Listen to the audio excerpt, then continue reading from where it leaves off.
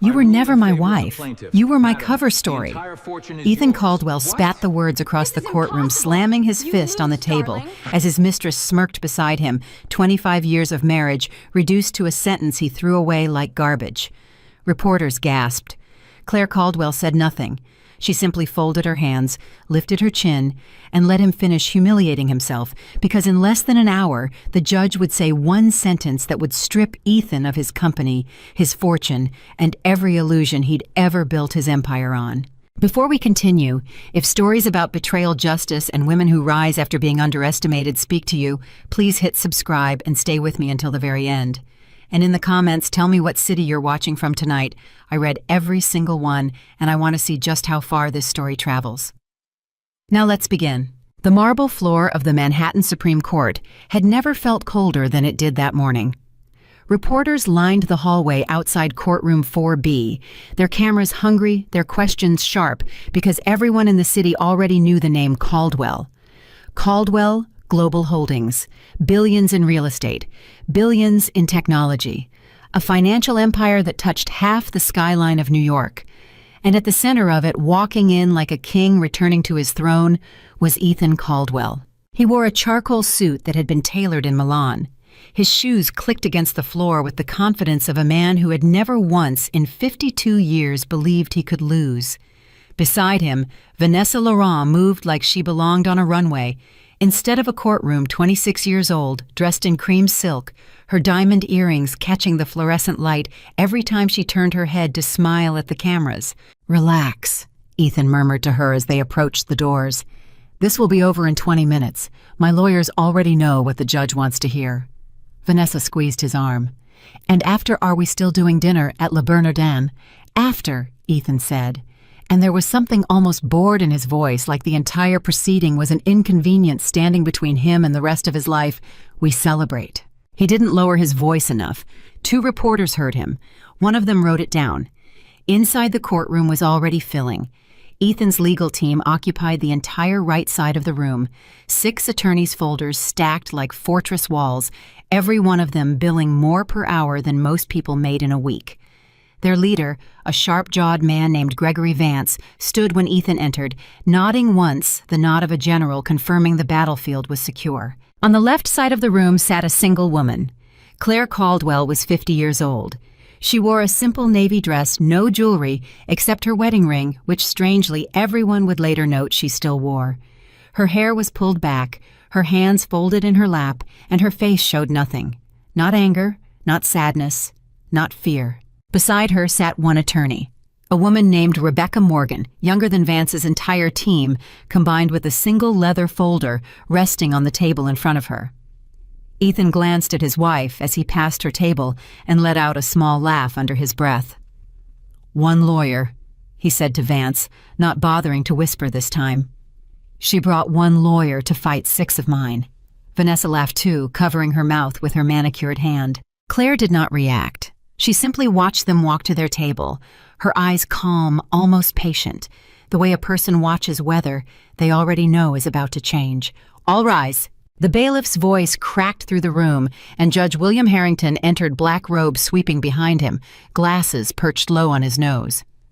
He had presided over some of the most expensive divorces in New York history, and even he paused for half a second as he took in the room, the media presence, the tension, the strange stillness radiating from the woman in navy blue.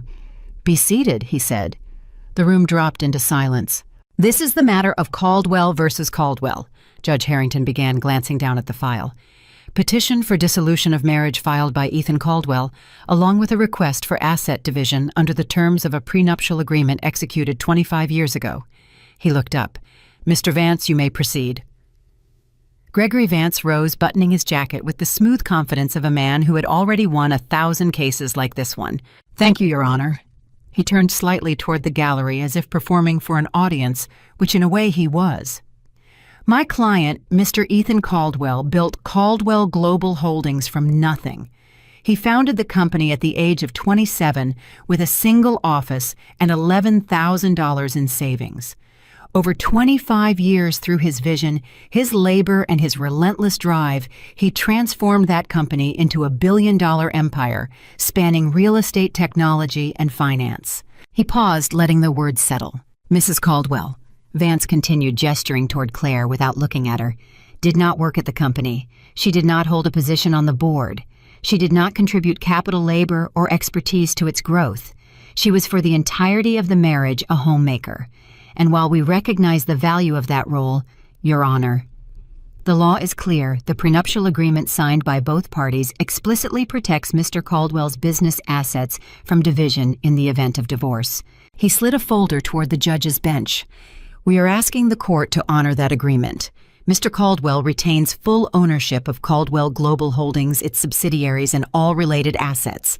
Mrs. Caldwell will receive the settlement outlined in the agreement, a generous sum, Your Honor, more than fair given the circumstances.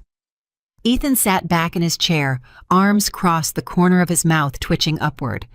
Vanessa leaned toward him. He's good, she whispered. He's the best, Ethan whispered back. That's why I pay him what I pay him. Judge Harrington turned his attention to the other side of the room. Ms. Morgan, your response. Rebecca Morgan stood. She was not flashy. She did not perform for the cameras. She simply opened her single folder, walked to the podium, and looked directly at the judge. Your Honor, my client does not dispute the validity of the prenuptial agreement. A murmur rippled through the gallery. Even Vance blinked, caught off guard by the concession. Ethan's smile widened. He leaned toward Vanessa. See, I told you. 20 minutes. The prenuptial agreement, Rebecca continued, is valid, properly executed, and enforceable. My client has no intention of challenging it. Then, Ms. Morgan, Judge Harrington said, what exactly is the purpose of your appearance today? Rebecca closed the folder. Your Honor, we are not here to challenge the divorce agreement. She let a beat of silence pass. We are here to challenge Mr. Caldwell's claim that he owns the assets he is trying to protect. The courtroom went dead silent. Ethan's smile froze on his face. I'm sorry, Vance said, standing up sharply. Could counsel clarify that statement? My client is the founder and chief executive officer of Caldwell Global Holdings. His name is on the incorporation documents. His face is on the cover of Forbes. He is by every legal and public definition the owner of this company. Is he? Rebecca said quietly. She opened her folder again and lifted a single document, holding it up so the judge could see. Your Honor, 22 years ago, on the advice of his own estate attorneys at the time, Mr. Caldwell restructured the ownership of Caldwell Global Holdings into a private family trust. The purpose, as stated in the original documents, was asset protection and long-term succession planning. Mr. Caldwell signed these documents himself. She walked forward and placed the paper in front of the judge. The trust is called the Caldwell Family Legacy Trust, and its sole controlling trustee, the individual with full legal authority over every asset held within it, including 100% of Caldwell Global Holdings, is not Ethan Caldwell. The room seemed to lean forward as one. It is Claire Caldwell. Ethan shot up out of his chair so fast it scraped loudly against the floor. That's absurd, he snapped. That trust was a formality, a tax structure. My accountants set it up. I signed whatever they put in front of me. I never... Mr. Caldwell, Judge Harrington said sharply, sit down. Ethan didn't sit down. His face had gone red, the confident mask cracking for the first time all morning. Your Honor, this is a manipulation. My wife has never worked a single day at Caldwell Global. She wouldn't know how to read a balance sheet, let alone control a company worth... Mr. Caldwell, the judge repeated, his voice like a closing door. One more outburst and I will hold you in contempt. Sit down. Vance grabbed Ethan's sleeve and pulled him back into his chair. Ethan's jaw was tight, his breathing fast, his eyes locked on Claire, who still had not moved, still had not spoken, still sat with that same unreadable calm that was somehow more unsettling than any scream could have been. Judge Harrington studied the document for a long moment. Then he looked up first at Vance, then finally at Claire herself. Mrs. Caldwell, he said, is it true? Are you the controlling trustee of this trust? Are you claiming legal ownership of Caldwell Global Holdings? Every eye in the courtroom turned to her. Claire rose slowly from her chair. She smoothed the front of her navy dress with both hands, the same simple gesture she might have made 25 years ago, before walking into a job interview she never got to have back when Ethan had asked her to give up her own career just for a little while so he could focus on building the company. She looked at the judge. Her voice when it came was calm, but it carried through the entire courtroom like a struck bell. "Yes, Your Honor, I am." Somewhere behind her, a reporter's pen clattered to the floor. Vanessa's mouth had fallen open, her perfectly applied lipstick suddenly looking garish against her pale, shocked face. She turned to Ethan. "You said you told me you owned everything. You said the company was yours. You said—" "It is mine," Ethan hissed, not looking at her, his eyes still locked on his wife. "This is a trick. This is some kind of Claire. What did you do?" Claire finally turned her head and looked directly at him. For the first time since the case began, something flickered across her face. Not triumph, not cruelty, something closer to grief. "I didn't do anything, Ethan," she said quietly.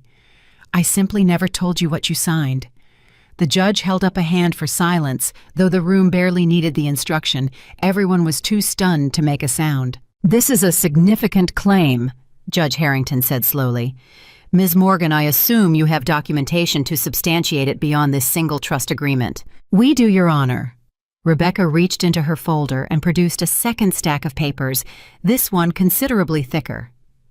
"We have the original trust formation documents, signed and notarized 22 years ago. We have 22 years of trustee meeting, minutes all conducted privately, all properly filed with the state. We have banking records showing that major capital decisions for Caldwell Global Holdings required trustee sign-off that came from Mrs. Caldwell on every single occasion." She placed each document on the bench as she spoke one after another, like cards falling into place. "We also have something else, Your Honor. Something Mr. Vance and his team may not be aware of." Vance's confident posture had begun to crumble. "Your Honor, I object to counsel introducing surprise evidence without proper—" "This isn't surprise evidence, Mr. Vance," Rebecca said calmly. "This is discovery material that was provided to your office 3 weeks ago. Perhaps your team simply didn't read past the cover page." A few muffled sounds came from the gallery, something between a gasp and a laugh quickly silenced. Vance's face went pale as one of his junior associates frantically flipped through a folder beside him, searching for a document that it was now clear none of them had bothered to actually examine. Ethan turned to Vance, his voice a furious whisper. "You didn't read it. I'm paying you $800 an hour, and you didn't read it." "Mr. Caldwell, there were over 4,000 pages of discovery material," Vance whispered back, sweat beading at his hairline. "We focused on the assets we believed were relevant." "You focused on the wrong things," Ethan snapped. Judge Harrington cleared his throat loudly, and both men fell silent. "Ms. Morgan," the judge said. "Continue." "Thank you, Your Honor." Rebecca lifted the final document from her folder. "This is a letter written and signed by Mr. Caldwell himself 18 years ago, addressed to his estate planning attorney at the time. In it, Mr. Caldwell explicitly states, and I quote a portion of it, that he wished to, quote, keep the company protected under Claire's name since no one would ever think to look for it there." Silence. Ethan's face drained of all color. "That letter is out of context," he said, but his voice had lost the force it carried only minutes before.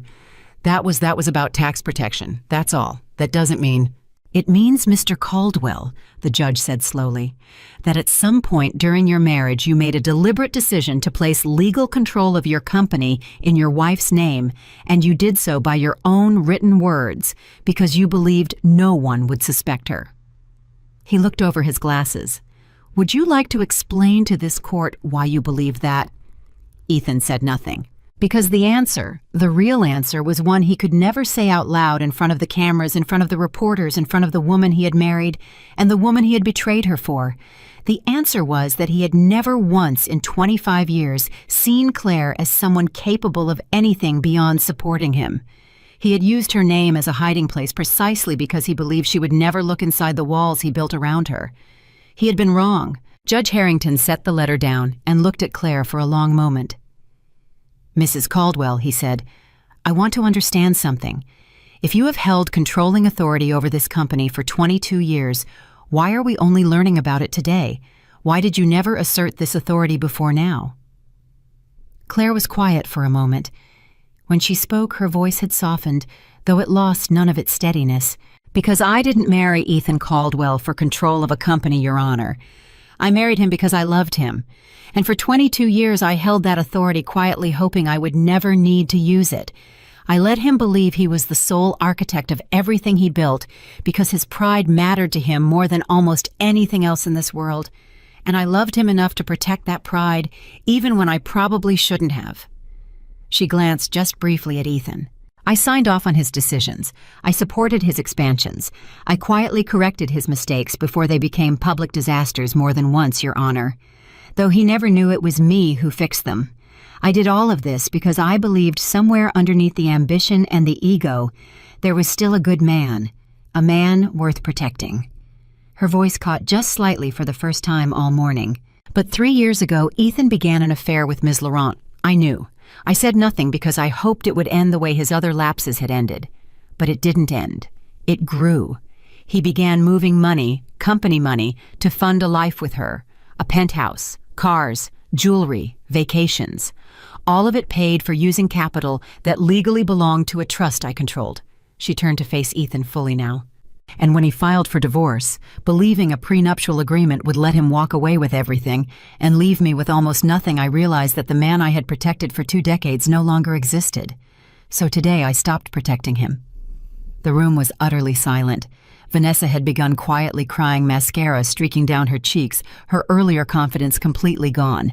She stared at Ethan like she was seeing a stranger. "You told me the penthouse was yours," she whispered. "You told me the money was yours. You told me I never had to worry about anything because you owned everything." "Vanessa, you lied to me." Her voice cracked, rising. "Do you understand that everything, every gift, every trip, every promise, none of it was ever actually yours to give me?" Ethan opened his mouth, but for the first time in the entire hearing, he had no answer prepared. No lawyer to speak for him. No confident smile to hide behind. Judge Harrington allowed the moment to breathe before speaking again. "Given the extraordinary nature of these claims, Mad," he said, "this court will require a full forensic and legal review of the trust documents, the banking records, and the letters submitted into evidence before any ruling on asset ownership can be finalized. I am ordering an immediate freeze on all Caldwell Global Holdings accounts and assets pending that review." He looked directly at Ethan. "Mr. Caldwell, until this matter is resolved, you are not to authorize transfer or move any company funds under any circumstance, or you will find yourself facing charges far more serious than a contested divorce. Do I make myself clear?" Ethan's jaw tightened. "Crystal," he muttered. "This court is adjourned until further evidence review. We will reconvene in 10 days. The gavel struck once sharp and final. For a moment, no one in the courtroom moved. Then all at once the room erupted, reporters scrambling for their phones, photographers pushing toward the aisle, whispers turning into a roar of noise that seemed to shake the very walls. Ethan sat frozen in his chair, staring at the space where his wife had been standing only moments before because Claire was already walking away, calm, composed, her navy dress, moving through the chaos, like she was the only person in the room who had known all along exactly how this day would end. Vance leaned toward him, his voice low and urgent. Ethan, we need to talk, right now. If even half of what she just presented is verified, we are looking at a completely different case than the one we prepared for." Ethan didn't answer. He was still staring at the door Claire had just walked through. Beside him, Vanessa stood up, gathering her coat with shaking hands. "Vanessa, wait." Ethan reached for her arm. She pulled away from him like his touch had turned to fire. "Don't," she said. Her voice, for the first time since he'd met her, wasn't soft or admiring. It was hollow. "I need to think. I need to understand what I've actually been living in for the last 3 years." She walked out without looking back, leaving Ethan alone at a table surrounded by 6 attorneys who suddenly seemed far less impressive than they had 20 minutes earlier. Outside on the courthouse steps, reporters swarmed toward Claire the moment she appeared, microphones thrust toward her face, voices shouting over one another. "Mrs. Caldwell, is it true you control the company? Did you know about the affair for years? What happens to Caldwell Global now?" Claire stopped at the top of the steps. She didn't flinch from the cameras, didn't shield her face, didn't rush past them the way most people in her position might have. Instead, she paused, looked directly into the nearest camera, and said the only thing she would say that day. "For 25 years, I believed my role was to stand quietly behind a man building something great. Today I learned that sometimes standing quietly is its own kind of strength. This isn't over, but the truth is finally where it belongs in the light." She descended the steps, got into a black car waiting at the curb, and was gone before the reporters could ask another question. Inside the courthouse, Ethan Caldwell remained seated at the defense table, staring at nothing, while Vance and his team argued in hushed, panicked voices around him about damage control, emergency motions, and how exactly they had missed the single most important document in a 4,000-page file. But Ethan wasn't listening to any of it. He was thinking about a conversation he'd had with Claire nearly 22 years ago, a quiet evening in their old apartment long before the mansions and the private jets, when she had asked him almost gently whether he trusted her enough to put some of the company's protection in her name just in case anything ever happened to him. He remembered laughing. He remembered saying, "Sure, honey, whatever makes you feel useful." He hadn't thought about that conversation in over a decade. He was thinking about it now, because the woman he had dismissed as simply useful 22 years ago had just in a single sentence in front of a judge, a courtroom full of reporters and his own mistress, revealed that she had been the true foundation of everything he built the whole time without him ever once noticing. And somewhere beneath the anger, beneath the humiliation, beneath the desperate scrambling of his lawyers around him, a colder, quieter thought began to surface in Ethan Caldwell's mind. If Claire had been in control the entire time, what else had she known? What else had she seen? And how much more was still hidden, waiting for the next hearing 10 days away to bring it into the light? 10 days felt like 10 years to Ethan Caldwell. He sat alone in the penthouse that used to feel like a trophy, and now felt like a cage, staring at his phone, watching the notifications pile up one after another. Board members, investors, journalists, his own children texting him questions he didn't know how to answer. The forensic accountants had moved into Caldwell Global Holdings on the second day after the hearing, carrying laptops and subpoenaed hard drives into the very glass office Ethan had once bragged about on magazine covers. He watched from the doorway as strangers in gray suits combed through 22 years of transactions he had never once questioned because he had never once believed anyone would think to look. "This is a nightmare," he muttered to Gregory Vance, who had flown in that morning looking like a man who hadn't slept since the hearing. "They're going through everything, every account, every wire transfer. That's what a court-ordered freeze means, Ethan." Vance's voice had lost its usual polish. It was thinner now, more careful, like a man walking across ice he wasn't sure would hold. "I need you to understand something. If even a fraction of what Rebecca Morgan presented in court is verified, the trust documents, the letter, the transaction history, we are not looking at a divorce case anymore." Ethan turned to him sharply. "What are you saying?"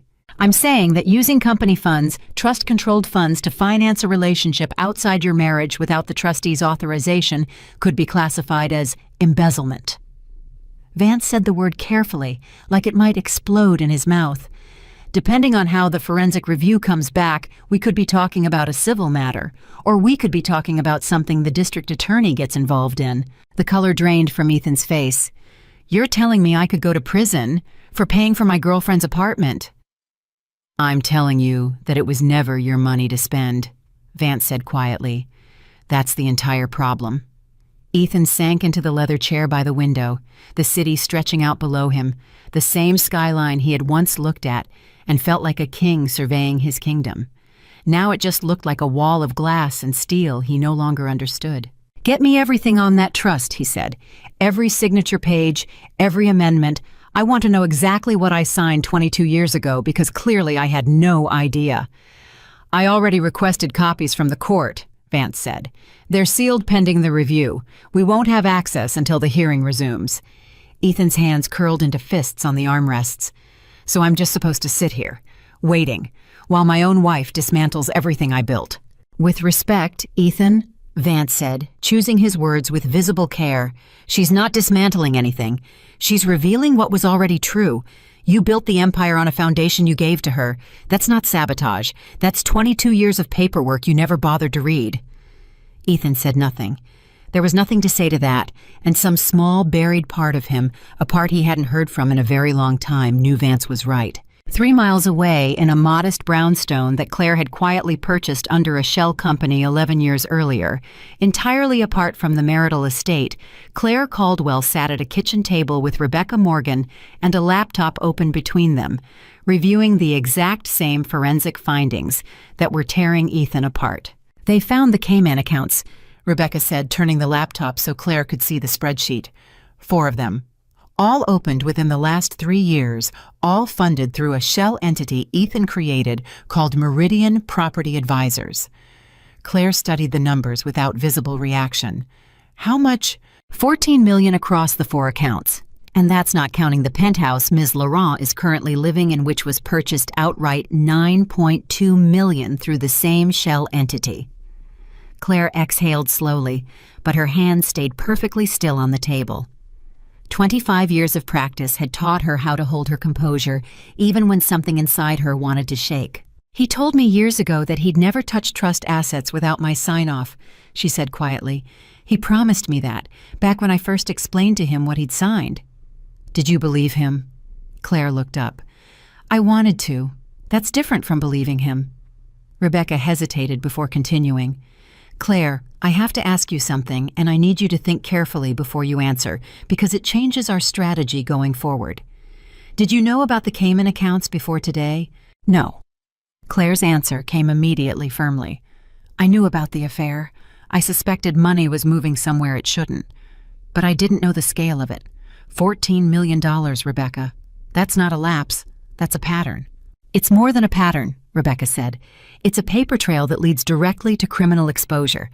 And I think you need to prepare yourself, because once this becomes public in 10 days, it's not going to be a story about a wealthy man's messy divorce anymore.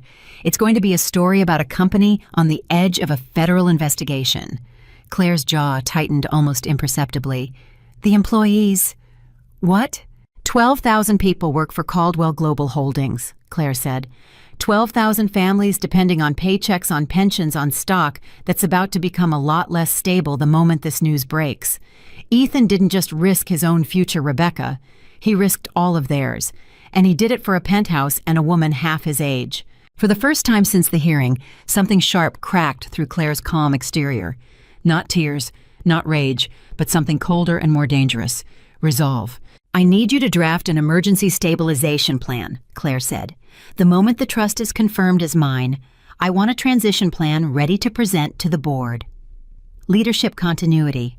A statement to employees before the media gets a hold of the story and turns it into chaos. I am not going to let 22 years of quiet work collapse because Ethan couldn't keep his hands off company money. Rebecca smiled slightly, the first real smile since they'd sat down. You already sound like a CEO. I've been running this company for a decade, Claire said simply. I just never had the title. 4 days later, the story broke anyway. A junior clerk in the court records office fired later facing his own set of legal troubles, leaked a summary of the frozen assets to a financial reporter at the New York Ledger. By 6 a.m, the headline was already circulating across every major outlet in the country. Billionaire CEO's secret wife-controlled trust threatens Caldwell Global Empire millions in unauthorized transfers under investigation. Ethan's phone did not stop ringing. His board chairman, a stern 70-year-old named Harold Whitfield, who had known Ethan since the earliest days of the company, called at 7:15, his voice tight with barely restrained fury. Ethan, I need you to explain to me right now whether the allegations in this article are true. Harold, it's not what it looks like. $14 million, Ethan, moved through a shell company to fund a relationship you were hiding from your wife, who apparently controls this entire corporation. Tell me which part of that I'm misunderstanding. Ethan closed his eyes. The trust structure was a formality. My lawyers set it up for tax purposes. Claire never had any operational involvement. That's not what the court documents say, Whitfield cut in. And frankly, Ethan, I don't care what your lawyers intended 22 years ago. What I care about is that our stock dropped 11% in overnight trading. The moment this story broke, and I have 4 other board members on the phone right now asking whether we need to consider your removal before this gets any worse. The words hit Ethan like a physical blow. You can't remove me. I'm the founder. You're the founder. Whitfield said, his voice quieter now, almost sad. But you may not be the owner. And the board's obligation isn't to you, Ethan. It's to the company, to the shareholders, to the 12,000 people whose jobs depend on this business surviving whatever storm you've created. The call ended without a goodbye. Ethan stood in the middle of his penthouse phone, still in his hand, and for the first time in his adult life, he felt something he had never allowed himself to feel before. Powerless. He walked to the window and looked down at the city. And for a strange, disorienting moment, he thought about Claire, not the calm, composed woman from the courtroom, but the young woman he'd married 25 years ago, back when they lived in a cramped 2-bedroom apartment in Queens and split the cost of groceries down to the dollar. He remembered her sitting across from him at their kitchen table back then, going over the company's earliest spreadsheets with a red pen, catching errors he'd missed, quietly suggesting adjustments that had more than once saved them from disaster. He remembered telling her she had a good eye for numbers. He remembered never once asking her to use that eye for anything more than checking his work. His phone buzzed again. This time, it wasn't the board. It was Vanessa. He almost didn't answer. Then he did. Ethan? Her voice was flat, exhausted, nothing like the bright, admiring tone he'd fallen for 3 years earlier. I need you to know something before you hear it from someone else. What? I've hired a lawyer. Ethan's stomach dropped. For what?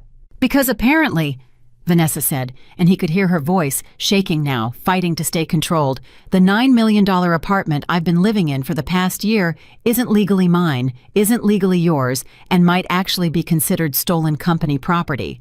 My lawyer says I could be dragged into a fraud investigation just for accepting gifts I had no idea were illegally sourced. Vanessa, I would never let anything happen to you. You already did. Her voice cracked. You already let something happen to me, Ethan. You let me build an entire life on money that wasn't yours to give. Every dinner, every trip, every gift you gave me to prove how much you loved me, none of it was real. It was theft with a bow on it. That's not fair. Don't you dare talk to me about fair. Her voice rose sharply. I gave up relationships. I gave up normal boyfriends my own age who actually would have been honest with me because you convinced me you were building something real for us. And it turns out the only thing you actually built was a lie big enough to swallow both of us whole. The line went silent for a moment. I'm not coming back, Ethan, she said, finally quieter now. Whatever happens with the investigation, whatever happens with the company, I need you to understand that whatever we had, it's over. I can't look at you the same way anymore.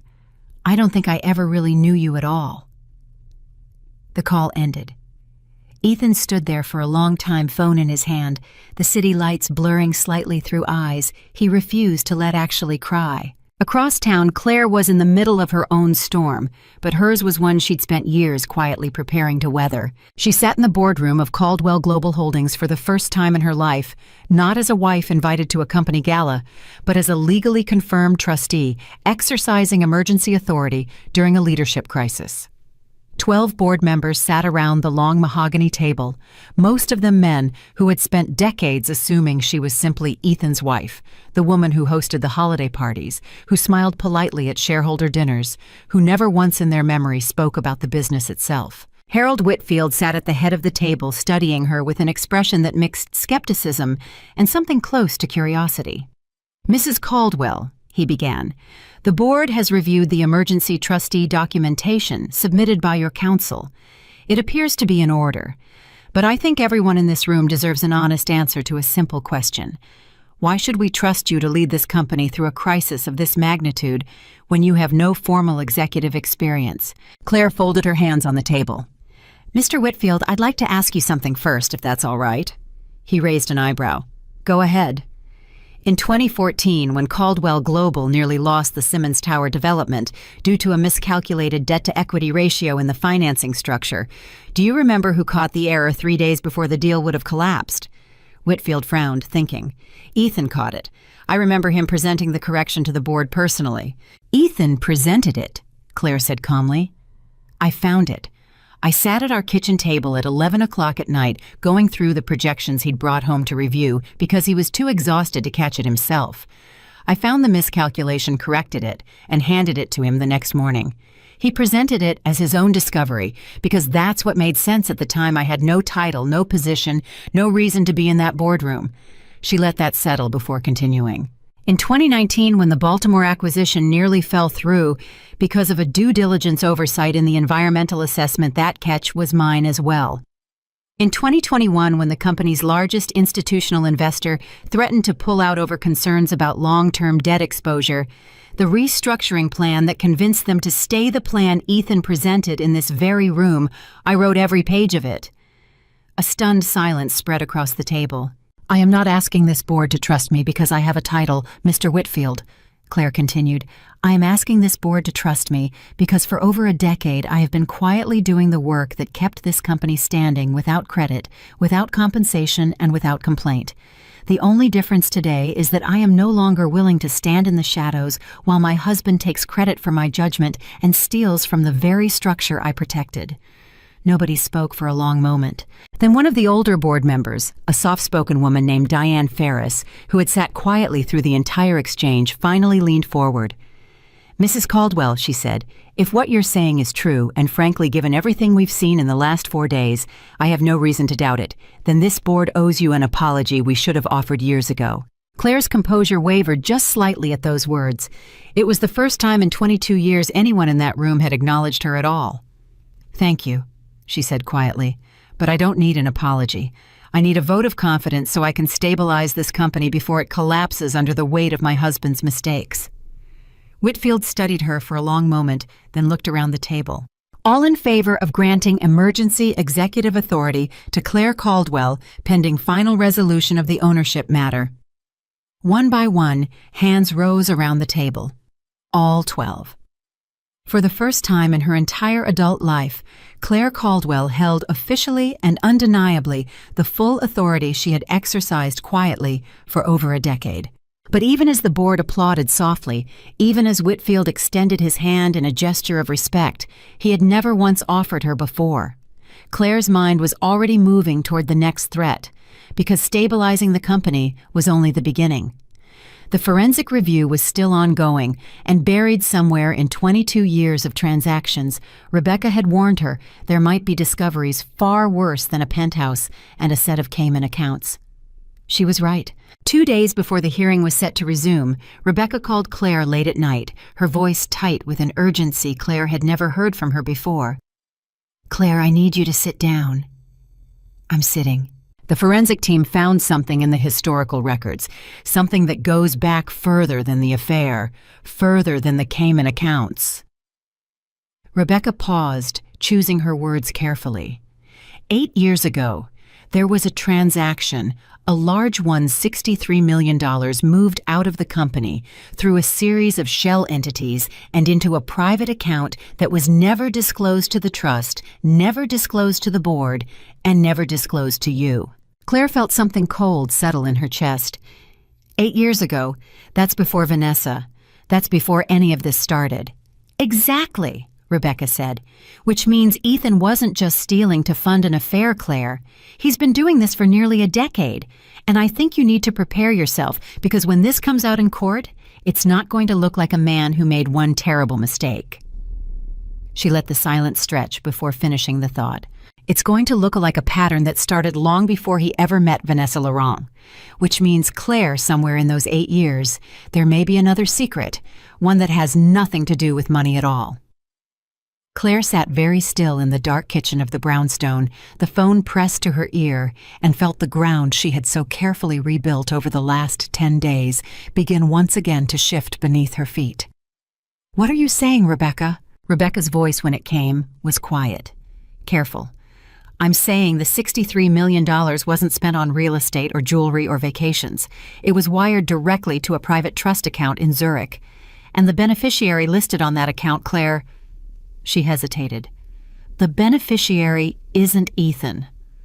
Claire's grip tightened on the phone. "Then who is it?" Rebecca's answer landed like a blade dropped into still water. "We don't know yet. The name on the account has been legally sealed for 8 years. But whoever they are, Claire Ethan, has been protecting their identity and funding their life for almost a decade. And in 2 days, we're walking back into that courtroom to find out exactly who they are and exactly what they mean to the man you married." The name stayed sealed for exactly 2 more days, and in those 2 days, Ethan Caldwell aged in a way money had never let him age before. He barely slept. He barely ate. He sat in his penthouse office at 3 a.m, going through old files on a laptop he hadn't touched in years, searching his own memory like a man digging through the ashes of a house fire, trying to remember what exactly he had buried 8 years ago, and why. Because Rebecca Morgan's discovery hadn't just rattled Claire. Word of the sealed Zurich account had reached Vance's office within hours, and Vance had called Ethan immediately, his voice stripped of all its usual polish. "Ethan, I need you to tell me the truth right now, because in 2 days, a judge is going to ask you the same question, and if I walk into that courtroom unprepared for your answer, I cannot protect you." Ethan sat with the phone pressed to his ear, staring at nothing. "Ethan? I heard you. $63 million, wired to Zurich 8 years ago, a sealed beneficiary. Do you know who that is?" Ethan closed his eyes. "Yes," he said quietly. "I know exactly who that is." Vance exhaled some small relief in his voice that at least Ethan wasn't going to be blindsided. "Then you need to tell me right now before Claire's team finds out first." Ethan was quiet for a long moment. When he finally spoke, his voice had a rawness to it that Vance had never heard from him before. Not the voice of a billionaire, but the voice of a man carrying something heavy for a very long time. "Her name is Marissa," Ethan said. "Marissa Cole." "Who is she?" Another long pause. "She's my daughter." The words hung in the air like something that had finally been allowed to breathe after 8 years locked in a vault. Vance sat up straight. "Your daughter. Ethan, you have 2 children with Claire, Nathaniel and Sophie." "I have 3 children," Ethan said, and for the first time in the entire ordeal, his voice cracked. "Marissa was born 19 years ago. Her mother was a woman I had a brief relationship with during a period when Claire and I were separated before Nathaniel was born, before any of this. It lasted less than a year. When she told me she was pregnant, I panicked. I was already engaged to remarry Claire, already rebuilding the company, already terrified of what a scandal like that would do to everything I was building. So I made an arrangement." "What kind of arrangement?" "I paid for everything," Ethan said. Her mother's silence. Marissa's private education. Every year of her life quietly through accounts no one could trace back to me. 8 years ago, when Marissa turned 11, her mother passed away suddenly, an aneurysm, no warning at all, and I panicked again. I didn't know how to explain a child I'd hidden for over a decade to my wife, to my other kids, to the board, to the press. So I moved a lump sum into a trust in Zurich, sealed her identity, and arranged for her to be raised by a guardian I trust completely. I visited her twice a year, every year under a different name. She thinks I'm a family friend who helps pay her school fees. Vance was silent for a long moment, processing the sheer scope of what Ethan had just confessed. "Ethan," he finally said, "you understand that this changes everything. This isn't a business scandal anymore. This is a hidden child funded with company assets that weren't legally yours to spend concealed for 8 years from your wife, your other children, and this court. I know." Claire's team is going to find out about Marissa within the next 48 hours. There is no scenario where this stays buried. The only question now is whether you tell the court yourself on your own terms, or whether Rebecca Morgan stands up in that courtroom and reveals it for you in front of every camera in the city. Ethan pressed his palm against his forehead, and for the first time since the divorce began, Vance heard something that sounded almost like a sob escape from the most powerful man he had ever represented. "I have to tell Claire first," Ethan said, "before the hearing. She deserves that much. After everything you've done to her, Vance said quietly. "You think she'll even take your call?" He was right to wonder. Claire almost didn't. Her phone rang just after 9 that night, Ethan's name flashing on the screen, and her first instinct was to let it go to voicemail the way she had every other call from him since the story broke. But some old worn instinct built over 25 years of marriage, made her answer. "What do you want, Ethan?" 5 minutes, he said. "That's all I'm asking. Not for the lawyers, not for the cameras, just for you to hear something from me before you hear it in that courtroom." Claire's grip on the phone tightened. "You have 5 minutes." Rebecca, sitting across the kitchen table, reviewing documents, looked up sharply, watching Claire's face shift from guarded to something unreadable as Ethan began to speak. She listened without interrupting as Ethan told her everything, Marissa.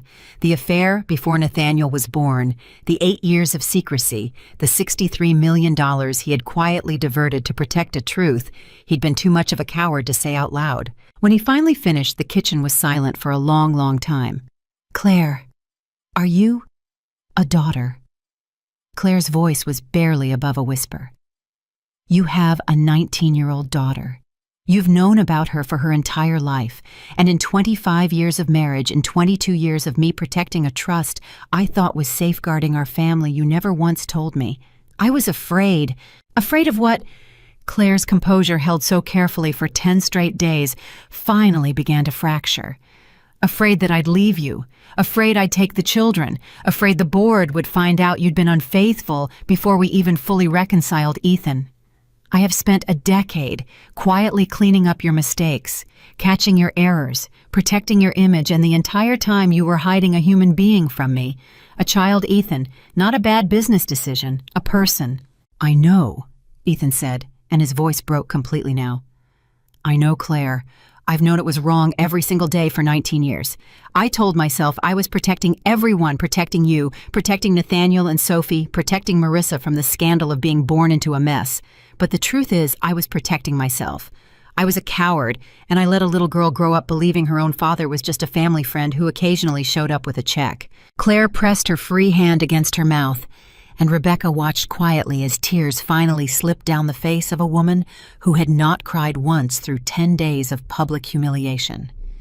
"Does she know," Claire finally asked, "that this is all about to become public, that in 2 days her entire existence is going to be splashed across every news outlet in the country?" "No," Ethan whispered. "She has no idea any of this is happening." "Then you need to tell her," Claire said, her voice hardening again, the grief transforming quickly, efficiently into resolve. "Before the hearing, not for your sake, Ethan, for hers. That child does not deserve to learn who her father really is from a headline." "Claire, I'm not doing this to protect you," Claire said. "I want that clear. Whatever happens between us in that courtroom, I am still the same person I've always been, and I will not let an innocent 19-year-old girl get destroyed by the wreckage of your choices. Call her guardian tonight. Tell her the truth. Give her the dignity you never gave me." The line went silent, and then quietly Ethan said the only thing he had left. "Thank you." Claire didn't respond. She simply ended the call, set the phone down on the table, and sat with her hands folded in her lap, staring at nothing while Rebecca waited, giving her the space to process what had just detonated in the middle of an already collapsing marriage. "Claire," Rebecca finally said gently, "I have to ask, does this change our strategy for the hearing?" Claire wiped her eyes once firmly, and when she looked up, the softness was gone, replaced by the same steel that had walked into that courtroom 10 days earlier. "No," she said. "If anything, it confirms everything we already knew. Ethan has spent nearly a decade making unilateral decisions with money that was never his to control, hiding those decisions from the very trust designed to protect this family's future. Marissa isn't a scandal, Rebecca. She's a victim of the same pattern that hurt me, that hurt Nathaniel and Sophie, that nearly hurt 12,000 employees. The only difference is she's innocent in all of it, and I intend to make sure she's protected, regardless of what happens to Ethan." "And Ethan," Claire's jaw tightened. "Ethan made his choices. Now he gets to live with them in front of the entire country." 2 days later, the courtroom was more crowded than it had been for the first hearing. Word had leaked not the full story, but enough. A new development. a shocking discovery. The hallway outside was a wall of cameras and shouted questions, and when Ethan walked in this time, there was no smirk, no confident stride, no mistress on his arm. He walked in alone. Vanessa was not present. She had made that clear through her lawyer days earlier. She wanted nothing more to do with the Caldwell name in any capacity ever again. Ethan sat at the defense table, his face gray, his hands trembling slightly as Vance arranged papers beside him. Across the room, Claire sat with Rebecca, composed, dressed in the same simple navy she had worn that first day, though something in her posture had changed. She no longer looked like a woman waiting to be underestimated. She looked like a woman who had already won and was simply waiting for the paperwork to catch up. "All rise." Judge Harrington entered, and the room fell into the same tense silence that had defined the first hearing. "We are resuming the matter of Caldwell versus Caldwell," he said, settling into his seat. "Since our last session, this court has received the completed forensic review of Caldwell Global Holdings' trust-related transactions over the past 22 years. He glanced up, his expression grave. "The findings are extensive. Ms. Morgan, you may proceed with your presentation." Rebecca rose. "Thank you, Your Honor. Over the course of the forensic review, several unauthorized transactions were identified, totaling approximately $81 million, moved without trustee authorization over a period beginning 8 years ago and continuing through the present. These funds were used, among other purposes, to establish and maintain a sealed trust account in Zurich, Switzerland." She paused, glancing briefly at Ethan, who sat rigid, staring straight ahead. "Your Honor, my client and I are prepared to explain the nature of that account. However, given the sensitive and deeply personal nature of what it involves, we would ask the court's permission to allow Mr. Caldwell to speak to this matter directly, rather than have it presented purely as a financial exhibit." Judge Harrington studied Ethan for a long moment. "Mr. Caldwell, would you like to address the court regarding this account?" The entire room seemed to hold its breath. Ethan rose slowly. Vance reached out as if to stop him, to whisper some final strategic caution, but Ethan shook his head, and for the first time in 10 days, he looked like a man who had decided to stop running. "Your Honor," he began, his voice unsteady. 19 years ago, I fathered a child outside my marriage during a period of separation from my wife. Her name is Marissa. I have supported her financially and quietly for her entire life, but I concealed her existence from my wife, my other children, and this court out of cowardice and out of fear of exactly this moment." A wave of murmurs swept through the gallery. Reporters' pens moved furiously. 8 years ago, when her mother passed away, I panicked, and I moved a significant sum of company funds into a trust to secure her future without proper authorization, without disclosure, because I did not know how else to protect her without exposing a truth I was too weak to face. His voice caught. "I am not proud of what I did. I am not proud of the years I spent lying to everyone in my life, including the people I claimed to love most. But I want this court, and I want my family to know that whatever judgment is passed today regarding the company, regarding the assets, regarding my own conduct, Marissa is innocent. She did not ask to be hidden. She did not choose the circumstances of her birth. Whatever happens to me, I am asking this court to ensure her well-being is protected." He sat down, and the courtroom remained silent for a long moment, the weight of the confession settling over everyone present. Judge Harrington finally spoke. "Mr. Caldwell, this court appreciates your candor, belated as it may be. However, candor does not erase the legal reality of what has occurred. $81 million in unauthorized transfers from a trust you did not control, spent without the knowledge or consent of the legally designated trustee, constitutes a serious breach regardless of the emotional circumstances surrounding it." He turned to Rebecca. "Ms. Morgan, what is your client seeking in light of these findings?" Rebecca stood again, calm and measured. "Your Honor, my client is not seeking punitive destruction of Mr. Caldwell. She is seeking 3 things. First, full and permanent confirmation of her role as sole controlling trustee of Caldwell Global Holdings and all related assets, given the extensive pattern of unauthorized conduct demonstrated over the past 8 years. Second, restitution of the $81 million in misappropriated funds to be returned to the trust for the benefit of the company and its employees. Third, and this is important, Your Honor, My client requests that a portion of the settlement entirely separate from the divorce proceedings be set aside to establish a legitimate, transparent trust for Marissa Cole's education and future so that this child is no longer a hidden liability, but a recognized and protected member of this family. The judge raised an eyebrow, clearly not expecting that final request from the wronged wife. "Mrs. Caldwell," he said, looking directly at Claire, "your attorney is requesting that funds be set aside for your husband's child from an extramarital relationship. Is that your wish?" Claire rose to answer for herself. "Yes, Your Honor. Marissa did not choose her circumstances.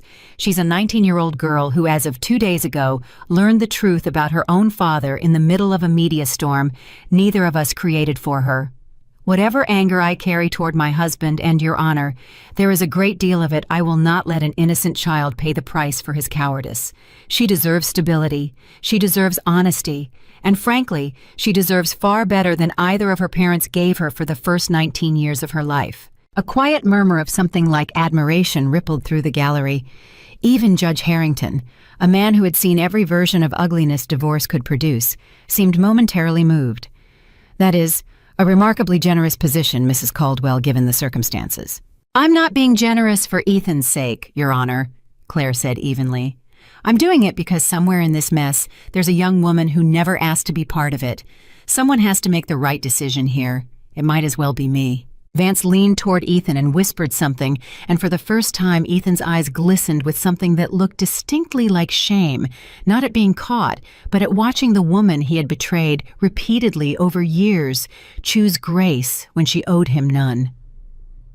Judge Harrington took a long moment reviewing the documents in front of him before finally speaking. Given the totality of the forensic findings, the confirmed pattern of unauthorized asset transfers spanning 8 years, and Mr. Caldwell's own admission on the record today, this court finds sufficient grounds to grant Mrs. Claire Caldwell's petition in full. He looked up. Effective immediately, Claire Caldwell is confirmed as the sole controlling trustee of Caldwell Global Holdings and all associated assets. Mr. Ethan Caldwell is ordered to return the full $81 million in misappropriated funds to the trust with interest on a repayment schedule to be determined by this court. Furthermore, given the scale and duration of the unauthorized transfers, this court is required under state law to refer this matter to the district attorney's office for review of potential criminal charges related to fraud and breach of fiduciary duty. Ethan's shoulders sagged, all remaining fight draining out of him. This court will also honor the joint request to establish a separate, transparent educational and support trust for Marissa Cole, funded from Mr. Caldwell's personal remaining assets, to be administered independently of the Caldwell Global Trust. The gavel struck. This court is adjourned. A final ruling on remaining divorce terms, including personal settlement and custody matters related to the couple's adult children, will be issued within 30 days. The room erupted into motion, reporters shouting questions, photographers pushing forward. And in the middle of it all, Ethan Caldwell sat frozen at the defense table, staring down at his own hands, the hands that had signed away a life he never even understood he'd been living. Vance placed a hand briefly on his shoulder. "Ethan, we need to discuss the criminal referral immediately." Ethan didn't respond. He was looking across the room at Claire, who was gathering her things with the same quiet composure she had carried through every single moment of the last 2 weeks. "Claire," he said, his voice cutting through the noise. She paused, turning to look at him. "Thank you," he said. "For Marissa. You didn't have to do that." Claire studied him for a long moment, and when she spoke, her voice carried no anger, no triumph, only a kind of tired, hard-won clarity. "I didn't do it for you, Ethan. I've told you that already. I did it because somewhere along the way, in the middle of watching you lose everything, I remembered who I actually am. And that person doesn't punish children for their father's failures, no matter how much that father deserves to lose everything he has left." She turned and walked out of the courtroom, Rebecca beside her, leaving Ethan standing alone at the defense table, surrounded by attorneys' cameras and the wreckage of an empire he had spent 25 years believing belonged only to him. Outside on the courthouse steps, the media swarmed again, but this time it was Ethan they wanted, not Claire. He walked through the crowd in silence, ignoring the shouted questions, climbing into a car that no longer felt like it belonged to a man in control of anything. As the car pulled away from the curb, his phone buzzed. A text message from a number he didn't recognize, though the contact name attached to it made his chest tighten instantly. Marissa. He opened it with shaking hands. I know everything now. My guardian told me last night. I've spent my whole life thinking you were just a nice man who helped pay my school fees. I don't know what to call you anymore. I don't know if I even want to know you. But I saw what your wife said in court today. She doesn't even know me, and she protected me more in 5 minutes than you did in 19 years. I think I understand now why you were always too afraid to tell me the truth. You knew deep down that I'd choose her side the moment I learned it. Ethan stared at the message for a long time, the car moving through streets he barely registered the city outside, blurring past the window. Because somewhere in the wreckage of everything he had lost the company, the trust, the mistress, the fortune, the freedom he was about to lose entirely to a criminal investigation. The words that hurt the most were the simplest ones. A daughter he had hidden for 19 years had just told him in a single text message that a stranger's 5 minutes of decency outweighed his entire lifetime of silence. And somewhere ahead of him, 30 days away, one final ruling still remained, a ruling that would decide not just what was left of Caldwell Global Holdings, but what, if anything, was left of the man who once believed he had built it all alone. The 30 days between hearings became for Ethan Caldwell the longest month of his entire life. He'd lost track somewhere around day 6 of how many lawyers he was now paying divorce counsel, criminal defense counsel, corporate counsel, trying to insulate whatever remained of his personal reputation from the company he no longer controlled. Each one billed differently. Each one wanted something different from him. And every single one of them, when they thought he wasn't paying close attention, looked at him the way people look at a building that's still standing, but everyone already knows is condemned. His new criminal attorney, a sharp, no-nonsense woman named Patricia Ruiz, who specialized in white-collar defense, sat across from him in a conference room that wasn't his. Anymore Caldwell Global had quietly reassigned his old office to a transition committee and laid out the reality in terms even Ethan, in his exhausted state, couldn't misunderstand. The district attorney's office has opened a formal inquiry, she said, sliding a folder across the table. $81 million in unauthorized transfers spanning 8 years moved through shell entities specifically structured to avoid detection. That last part is what concerns me most, Ethan. It's one thing to argue negligence. It's another thing entirely when the transaction structure shows deliberate concealment. I wasn't trying to hide it from the law, Ethan said. I was trying to hide it from my family. That distinction won't mean much to a jury, Patricia said flatly. Intent to conceal is intent to conceal regardless of who you were hiding it from. And the forensic report Claire's team submitted is meticulous. I've reviewed thousands of these cases, and I have never seen a paper trail this clean-handed to a prosecutor. Whoever built that trail wanted it airtight. Ethan almost laughed, though there was no humor in it. She built it herself, my wife, the woman I told the whole world couldn't read a balance sheet. Patricia studied him for a moment. Then I'd suggest you stop underestimating her, because right now she is the single greatest threat to your freedom, and she has spent what looks like years preparing for exactly this moment. She didn't know this was coming, Ethan said quietly. Not the affair, not Marissa. She wasn't preparing for this specifically. Maybe not this exact scenario, Patricia said. But Ethan, a person doesn't accidentally build 22 years of quiet financial oversight, doesn't accidentally maintain sign-off authority on every major capital decision, doesn't accidentally catch every discrepancy before it becomes a disaster.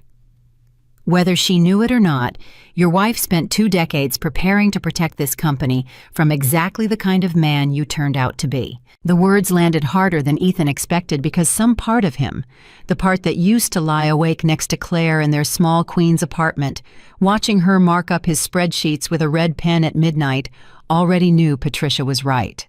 Across town, Claire's days had taken on a different shape entirely. Where Ethan spent his hours in conference rooms defending what remained of his freedom, Claire spent hers rebuilding what remained of a company that had nearly collapsed under the weight of a scandal it never should have survived. She sat now at the head of the same boardroom table where weeks earlier she had been questioned about her qualifications. This time, no one questioned her. This time, 12 board members waited for her direction. The stock has stabilized, said the company's CFO, a careful man named Robert Klein, who had worked at Caldwell Global for 15 years and had spent most of those years never once speaking directly to Claire. We're still down 9% from pre-scandal levels, but the emergency stabilization plan you implemented after the first hearing prevented what could have been a complete freefall. Investors are responding well to the transparency. Good, Claire said. What about the employee response to the town hall? Overwhelmingly positive, Klein said, sliding a report across the table. Honestly, Mrs. Caldwell, I think people appreciate that you addressed it directly instead of hiding behind a press release. A lot of them said it's the first time in years they felt like leadership was being straight with them. Claire nodded, absorbing that. It had been a difficult decision 2 weeks earlier to stand in front of 12,000 employees, some in person, most over video, and explain in plain terms exactly what had happened, exactly what she intended to do about it, and exactly why they should trust her to lead the company through the transition. She hadn't hidden the scandal. She hadn't minimized Ethan's conduct. She had simply told the truth. The way she'd learned over 22 years was usually the only strategy that actually worked. There's one more matter, Klein said, hesitating slightly. The board would like to formally discuss your permanent appointment as CEO rather than continuing under emergency trustee authority. Given the stability you've brought over these past weeks, several members feel it's time to make it official. Claire sat back in her chair, absorbing the moment. 22 years of invisible labor, and now finally a room full of powerful people asking her to accept publicly what she had already been doing privately for over a decade. I'd like that, she said simply, but I want conditions attached. I want an independent oversight committee established permanently to prevent any single executive, myself included, from ever having unchecked access to trust assets again. What happened over these past 8 years should never be possible again, regardless of who sits in this chair. Whitfield, seated near the far end of the table, allowed himself a small, approving smile. That's precisely the kind of governance philosophy this company needs, Mrs. Caldwell. Consider it done. As the meeting adjourned, Rebecca Morgan waited for Claire in the hallway outside the boardroom, her expression carrying a weight Claire recognized immediately. What? Claire said, not bothering with pleasantries. Vanessa Laurent's attorney reached out this morning, Rebecca said. She wants to meet with you directly. No lawyers present if you're willing. Claire frowned. Why would she want to meet with me? I don't know, Rebecca admitted. But given everything that's happened, I'd advise caution. She could be looking for information for a future lawsuit, or a book deal, or worse. Claire was quiet for a long moment, weighing it. Set it up, she finally said. Public place. Somewhere with cameras in case I need a record of what's said. But I'll meet her. Claire, are you sure that's wise? No, Claire admitted. But I've spent my whole life avoiding uncomfortable conversations because they weren't wise. I'm done doing that. They met 3 days later at a quiet cafe far from the courthouse, far from the cameras that had followed both women for weeks. Vanessa arrived first, dressed down in a way Claire had never seen her.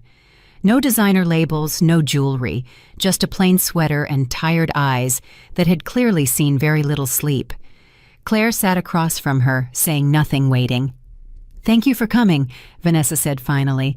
I wasn't sure you would. I almost didn't, Claire said honestly. What do you want, Vanessa?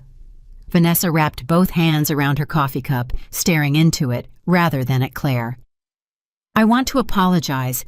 I know that probably means nothing to you. I know an apology doesn't undo 3 years of hurting you, of living in an apartment I now know was paid for, with stolen money, of taking gifts I had no idea were built on lies. But I needed to say it to your face, not through a lawyer, not through a statement. Claire studied her for a long moment. Did you know he was married when it started? Yes. Vanessa's voice was quiet, ashamed. I'm not going to lie to you and pretend I didn't know. I told myself all the things people tell themselves, that the marriage was already over, that he deserved happiness, that I wasn't really hurting anyone, because you two barely spoke anymore. I believed my own excuses because they let me have the life I wanted. And now I understand that everything about that life was a lie built on someone else's suffering, Vanessa said. Yours? Your children's. even his other daughters this whole time hidden away because he was too much of a coward to face any of it honestly. Claire's jaw tightened slightly at the mention of Marissa, but she said nothing. "I'm not asking for forgiveness," Vanessa continued. "I don't think I deserve it. I just wanted you to know that I see clearly now what kind of man he actually is. And I wanted to tell you that watching you in that courtroom, watching you stay calm, watching you protect a child who isn't even yours, watching you rebuild an entire company while your world was falling apart, it changed how I think about what strength actually looks like. I used to think it meant being young, being confident, being the woman everyone looked at. I was wrong. Strength is what you did." Quietly for 22 years while everyone underestimated you. Claire was silent for a long moment, something shifting behind her eyes. "Why are you telling me this?" "Because I'm cooperating with the district attorney's investigation," Vanessa said. "Fully. I've already given them everything, every account statement, every text message where he described how he moved the money, every conversation where he told me not to worry about where any of it came from. I want you to hear it from me before you hear it from a prosecutor's office. I'm not protecting him anymore, Claire. I don't think I ever should have in the first place." Claire absorbed that information slowly, and for the first time since the entire ordeal began, she felt something unexpected settle over her. Not vindication, not satisfaction, but something closer to a strange, sad kinship with the young woman sitting across from her. "He hurt both of us," Claire said quietly, "in different ways. But he hurt both of us the same way in the end by making us believe we were less capable, less aware, less important than we actually were." Vanessa nodded, tears finally slipping down her face. "I really am sorry." "I believe you," Claire said, and then after a pause, "Good luck, Vanessa. I hope you find something real next time, something that isn't built on someone else's pain." She left the cafe without looking back, and for the first time in weeks walking down the sidewalk toward her car, Claire allowed herself to feel something other than steady, careful resolve. She allowed herself quietly to feel like she was winning not the divorce, not the company, but something deeper, her own life finally back in her own hands. That feeling lasted exactly 4 days. It ended the moment Rebecca called, her voice tight with urgency, on a Tuesday morning that started like every other morning had for the past month. "Claire, you need to come to the office, now." "What happened?" "Ethan's attorney just filed an emergency motion," Rebecca said. "He's challenging the validity of the entire trust structure. He's claiming the original trust documents from 22 years ago were signed under fraudulent circumstances, that you misrepresented what he was signing, that he never actually understood he was surrendering control of the company, and that the entire foundation of your trusteeship should be voided." Claire felt the ground shift beneath her for the second time in this entire ordeal. "That's absurd. He signed those documents willingly. His own letter, his own words proved he knew exactly what he was doing." "I know," Rebecca said. "But Claire, he's not fighting to win anymore. He's fighting because he has nothing left to lose. If this motion succeeds even partially, it could delay the final ruling for months, maybe longer. It could reopen everything we thought was settled." Claire's hands tightened around the phone. "What's his angle? What's he actually claiming?"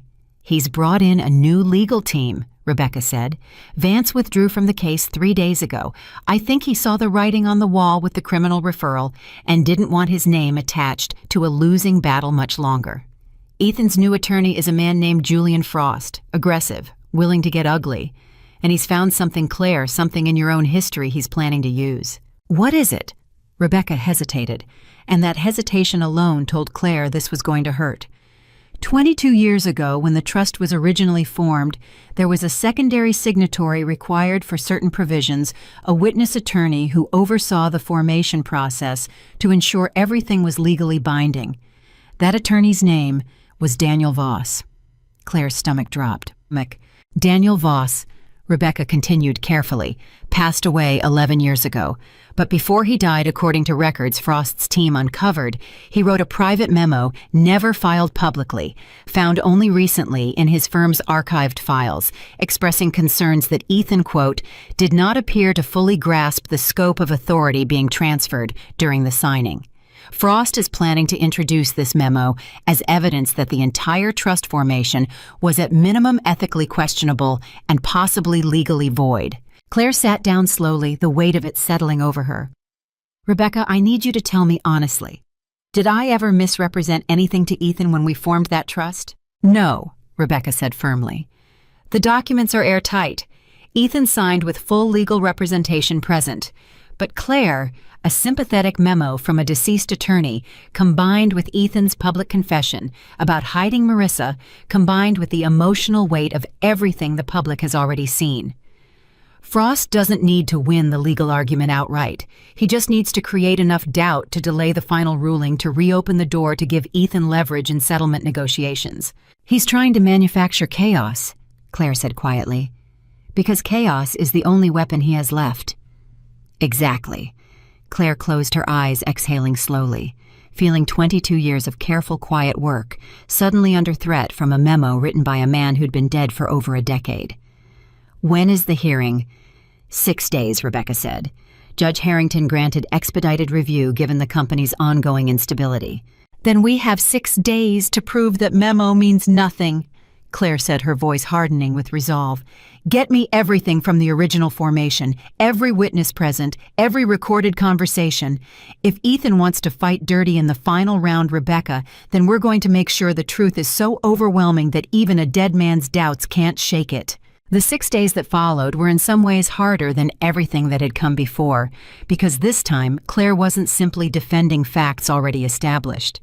She was fighting to preserve a foundation the entire case had been built on, and Ethan, cornered and desperate, was fighting harder than he had at any point since the scandal broke, because for the first time he understood with total clarity that this wasn't just about money anymore. It was about the only thing he had left the narrative that he hadn't been a fool for 22 years. That somehow, some way, he had been deceived rather than simply blind. On the 4th day, Claire received a call she hadn't expected. Nathaniel, her 23-year-old son, calling from the graduate program he was attending 3 states away. His voice tight with an emotion Claire immediately recognized as barely controlled fury. Mom, I just read what Dad's lawyer is trying to do. He's trying to say you tricked him. After everything, after Marissa, after the money, after everything he did, he's trying to make you the villain now. Nathaniel. I'm coming home, Nathaniel said. Sophie and I already talked. We're both flying in for the hearing. We want to be there. We want him to see us sitting behind you, not behind him. Claire's throat tightened. You don't have to do that. Both of you have your own lives, your own... Mom. Nathaniel's voice softened, but the resolve underneath it didn't waver. For 22 years, we watched you disappear into the background of every family photo, every company event, every conversation about Dad's success. We didn't understand it back then. We do now. Let us show up for you, just once. Let us be the ones standing behind you for a change. Claire sat with the phone against her ear, tears finally slipping free after weeks of carefully held composure, and for the first time in longer than she could remember, she allowed herself to simply feel. Not strategize, not defend, not calculate her next move. Just feel the quiet, overwhelming relief of being seen by her own children fully for the first time in decades. Okay, she whispered. Come home. The final hearing began on a gray Thursday morning. The courtroom more crowded than either previous session, packed not just with reporters, but with employees from Caldwell Global who had taken personal time to witness the outcome of the scandal that had consumed their company for over a month. Ethan sat at the defense table beside Julian Frost, a lean, sharp-eyed attorney with none of Vance's polish and all of his aggression. Ethan looked thinner than he had even 2 weeks earlier, his suit hanging slightly looser on his frame, his eyes carrying the hollow exhaustion of a man who had spent 30 days watching everything he'd built collapse in slow motion. Across the room, Claire sat with Rebecca, and this time, flanking her on either side, sat Nathaniel and Sophie, both dressed formally, both radiating a quiet, protective solidarity that hadn't been present in the courtroom before. Ethan's eyes found his children the moment he turned around, and something in his face crumpled slightly at the sight of them sitting so deliberately, so visibly behind their mother.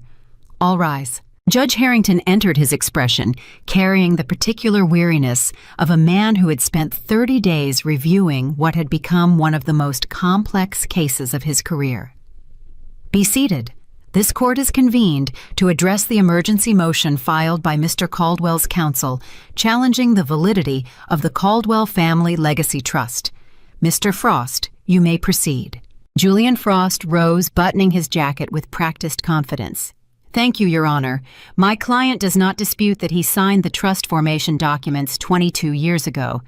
What my client disputes is whether he fully understood the scope of what he was signing and whether the process by which those documents were formed met the legal standard of informed consent." He gestured, and an associate wheeled forward a small screen displaying a scanned document. "This memo, Your Honor, was written by Daniel Voss, the witness attorney present during the trust's formation shortly before his passing 11 years ago.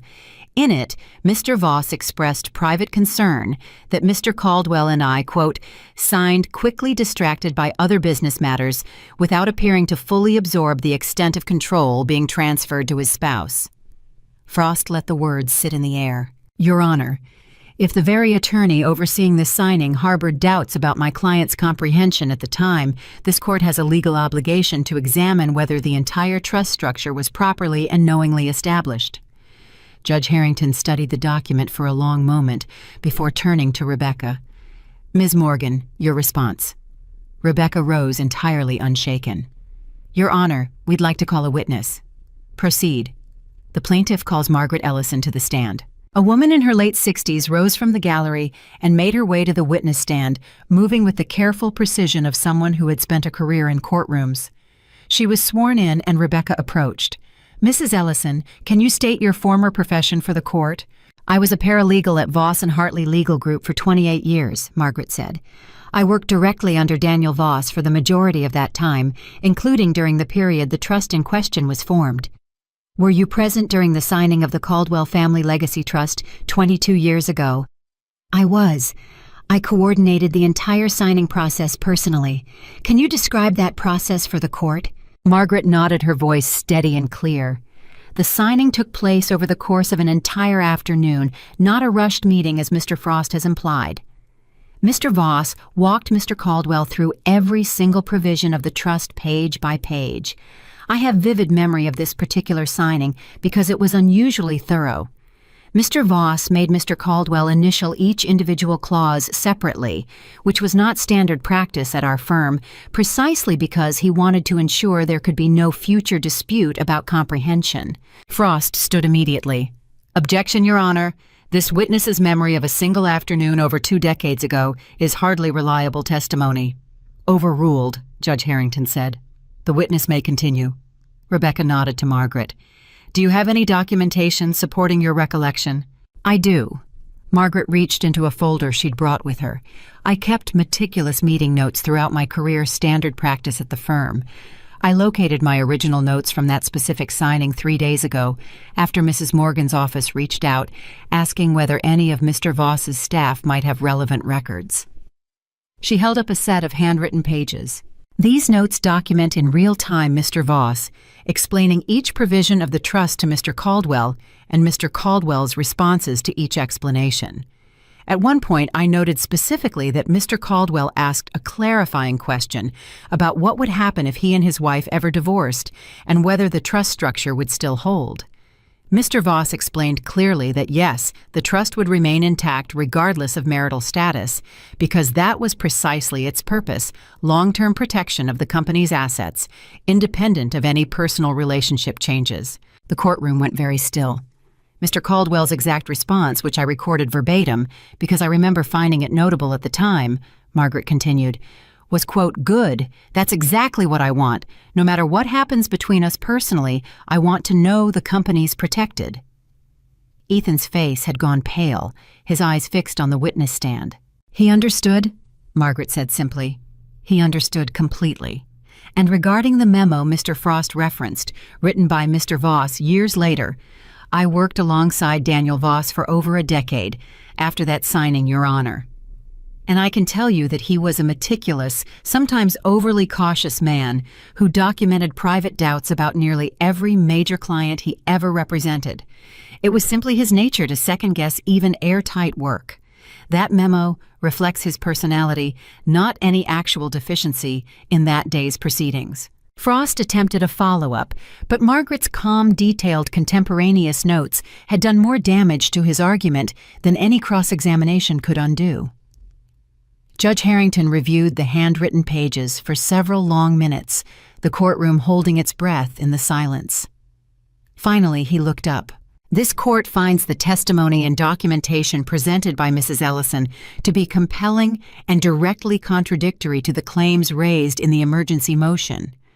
Mr. Caldwell's own recorded words at the time of signing demonstrate clear and specific understanding of the trust's purpose and permanence, including explicit awareness that it would survive any future divorce. The emergency motion challenging the trust's validity is denied. Ethan sat frozen, staring at the table in front of him, the last possible avenue of escape closing permanently. Judge Harrington continued. Given that this challenge has now been fully resolved, and given the extensive findings from our previous sessions, this court is prepared to issue its final ruling on the remaining matters before us. He looked up, his gaze sweeping across the room, settling briefly on Claire, on Ethan, on the reporters waiting with pens poised. This court will reconvene in 48 hours to deliver that ruling in full. The gavel struck, and once again the courtroom dissolved into motion. But this time, as Ethan sat motionless at the defense table, staring at nothing, he understood with total crushing clarity that in 48 hours there would be no more motions to file, no more memos to introduce, no more delays to manufacture. In 48 hours, Ethan Caldwell was finally going to learn in full exactly how much of his old life he would be allowed to keep. And as he watched Claire walk out of the courtroom, flanked by their 2 children, the same 2 children who hadn't looked at him once during the entire proceeding, a quiet, devastating realization settled over him. He already knew the answer. 48 hours. That was all that stood between Ethan Caldwell and the rest of his life, and somehow those 2 days felt longer than the 25 years that came before them. He didn't sleep. He tried lying in the guest bedroom of a colleague's apartment because his own penthouse now felt like a stranger's house. But every time he closed his eyes, he saw the same thing, Claire's face in that courtroom, calm and unshaken, while his entire world quietly came apart around her stillness. At 2 a.m. on the final night, he called Patricia Ruiz, his criminal attorney, because he had no one else left to call. "Ethan," she answered, her voice thick with sleep. "It's the middle of the night." "I know, I'm sorry, I needed to hear a voice that wasn't judging me." "I'm your defense attorney," Patricia said, not unkindly. "Judging you isn't part of the job description. But Ethan, I have to tell you something, and I think you already know it. Tomorrow's ruling isn't going to go your way. The trust challenge failed. The forensic evidence is airtight. The best outcome you can hope for now is a fair sentence and enough personal assets to rebuild something modest." Modest? Ethan repeated the word, tasting foreign in his mouth. He had built billion-dollar towers. He had negotiated deals that reshaped entire city skylines. Modest was not a word that had ever applied to his life. "Modest is still a life, Ethan," Patricia said quietly. "A lot of people would consider what you're about to have left more than enough to build something meaningful. The question is whether you're capable of seeing it that way." He didn't answer. He simply sat in the dark, phone pressed to his ear, listening to his own attorney breathe on the other end of the line, and for the first time since this entire nightmare began, he let himself cry. Not the performative distress he'd shown in court, but something raw and private and entirely real. 3 miles away, Claire wasn't sleeping either, though her sleeplessness carried a completely different weight. She sat at her kitchen table with Nathaniel and Sophie, the 3 of them going through old photographs neither of her children had seen in years, pictures from before the money, before the mansions, before Caldwell Global Holdings existed as anything more than a folder of hopeful projections on a kitchen table not unlike this one. "I forgot you used to have a full head of curls," Sophie said, laughing softly at a photo of Claire, 25 years old, standing in front of a cramped Queen's apartment with paint-stained hands. "I forgot a lot of things about myself during those years," Claire admitted. "It's strange looking back. I don't even fully recognize the woman in these pictures anymore. She had no idea what was coming." Nathaniel picked up a photograph of Claire, hunched over a card table, red pen in hand, papers spread out in front of her. "Is this from when Dad was starting the company?" "That's the Simmons Tower correction," Claire said, a small, wry smile crossing her face. "The one everyone thinks your father discovered on his own." "Did you ever think about telling people the truth back then?" Sophie asked, "taking credit for what you were actually doing?"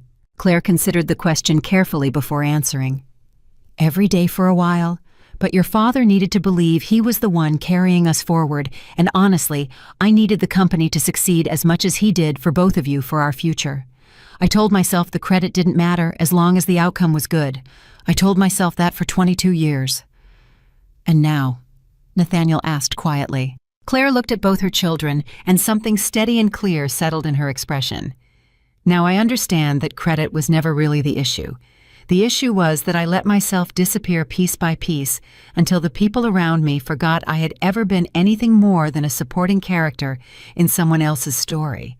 That's the part I regret, not staying quiet about the numbers, staying quiet about myself." The kitchen fell into a comfortable silence, the three of them sitting together in a way that felt for the first time in years entirely unforced. "Whatever happens tomorrow," Sophie finally said, "you already changed the story, Mom, no matter what the judge says." Claire reached across the table and took both her children's hands. "Thank you for coming home, both of you. You have no idea what it means to have you here."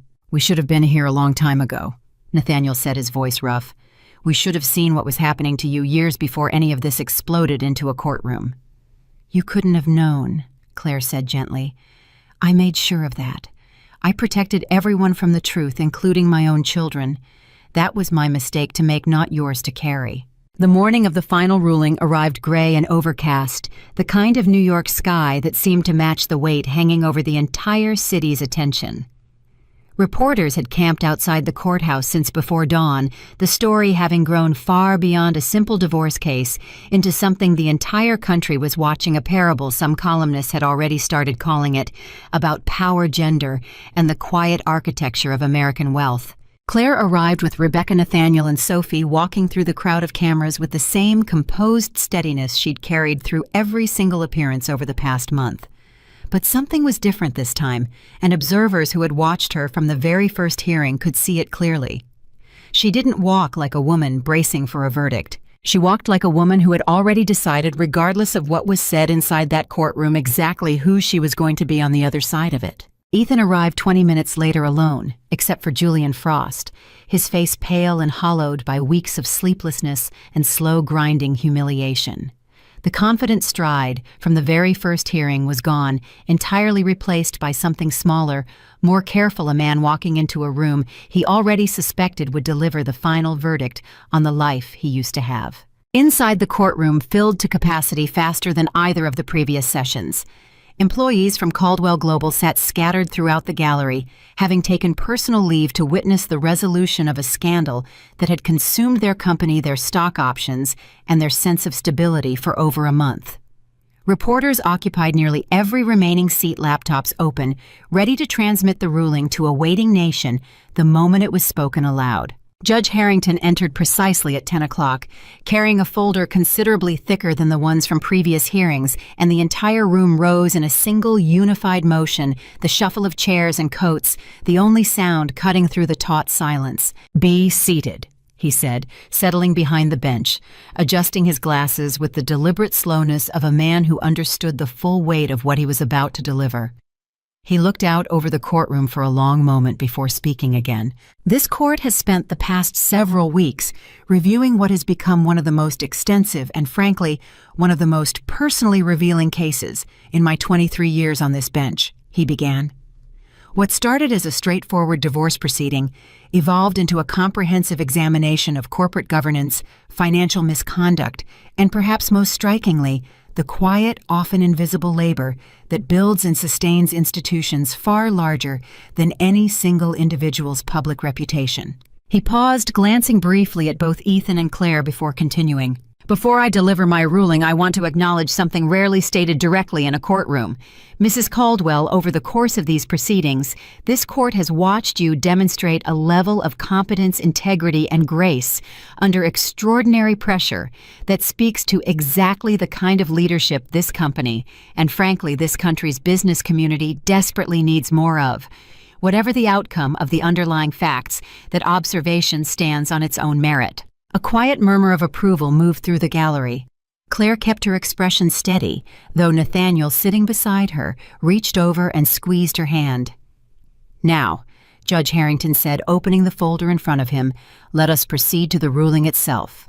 The room seemed to inhale as one, every reporter's pen poised, every employee in the gallery leaning forward, and somewhere in the middle of that collective held breath, Ethan Caldwell closed his eyes, bracing for the words he already knew deep down were coming. Judge Harrington's eyes moved down the page in front of him, and the silence stretched so long that somewhere in the back of the gallery a reporter's chair creaked, and the sound seemed impossibly loud.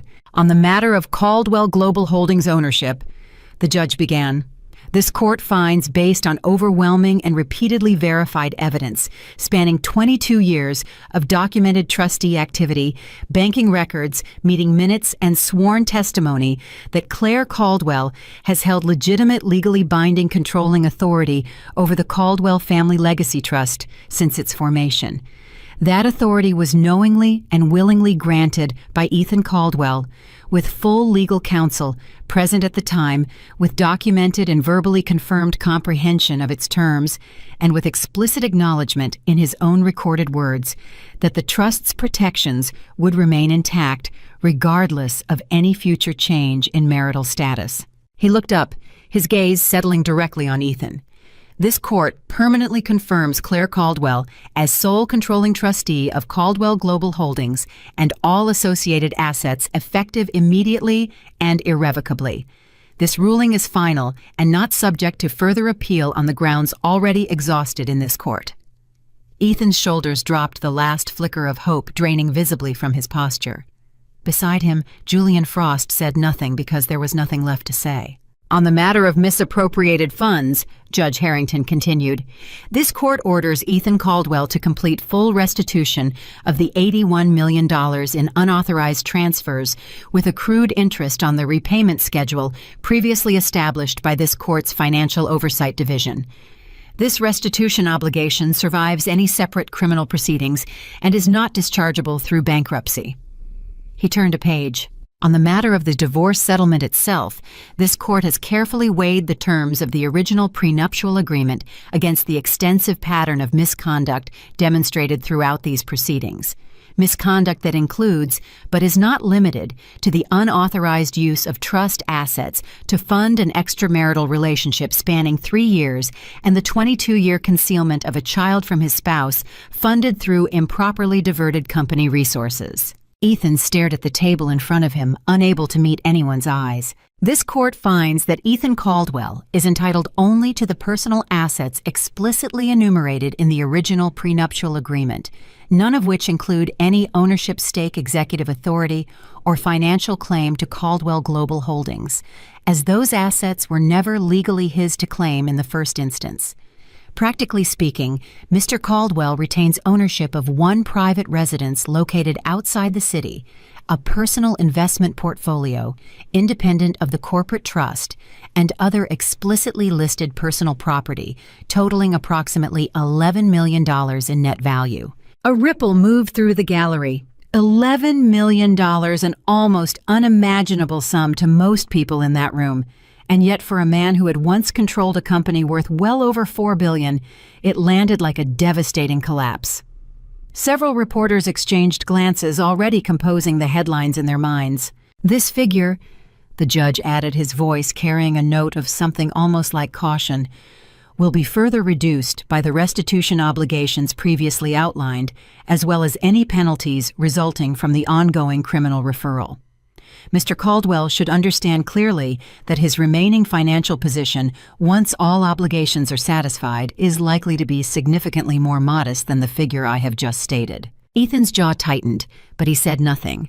There was nothing left to argue. Finally, Judge Harrington said, "On the matter of Marissa Cole, this court formally approves the Independent Educational and Support Trust jointly proposed by both parties, funded entirely from Mr. Caldwell's remaining personal assets rather than the corporate trust.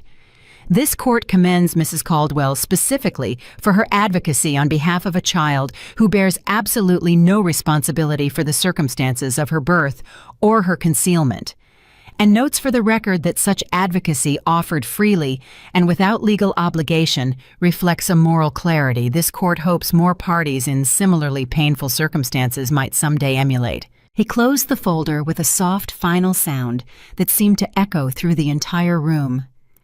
"This concludes the matter of Caldwell versus Caldwell. All rulings issued today are final. This court is adjourned." The gavel struck once, and the sound seemed to hang in the air far longer than physics should have allowed, reverberating through a room that had just watched in real time the complete and total dismantling of one of America's most recognizable business empires, and its quiet, decisive rebirth under a name the world had spent 25 years overlooking. The courtroom dissolved into motion almost instantly. Reporters surged toward the exits, already dictating headlines into their phones. Employees in the gallery embraced one another, relief visible on faces that had spent a month worrying about pensions, paychecks, and futures suddenly thrown into uncertainty. Somewhere near the back, a Caldwell Global Finance director actually wept quietly into her hands. Ethan remained seated. He didn't move as the room emptied around him. Didn't respond when Julian Frost placed a hand briefly on his shoulder and murmured something about next steps about the criminal proceedings still ahead, about scheduling a call for the following week. He simply sat, staring at the wood grain of the defense table, as if searching within it for some explanation of how 25 years of his life had ended in a single afternoon. When he finally rose, the courtroom was nearly empty.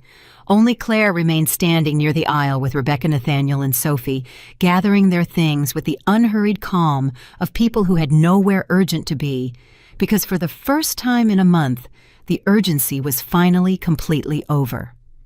Ethan approached slowly, and Nathaniel stepped half a pace forward, instinctively protective, before Claire placed a gentle hand on her son's arm. "It's all right," she said quietly. "Let him speak." Ethan stopped a few feet away, his hands trembling slightly at his sides. Up close under the fluorescent lights of the emptying courtroom, he looked older than Claire had ever seen him.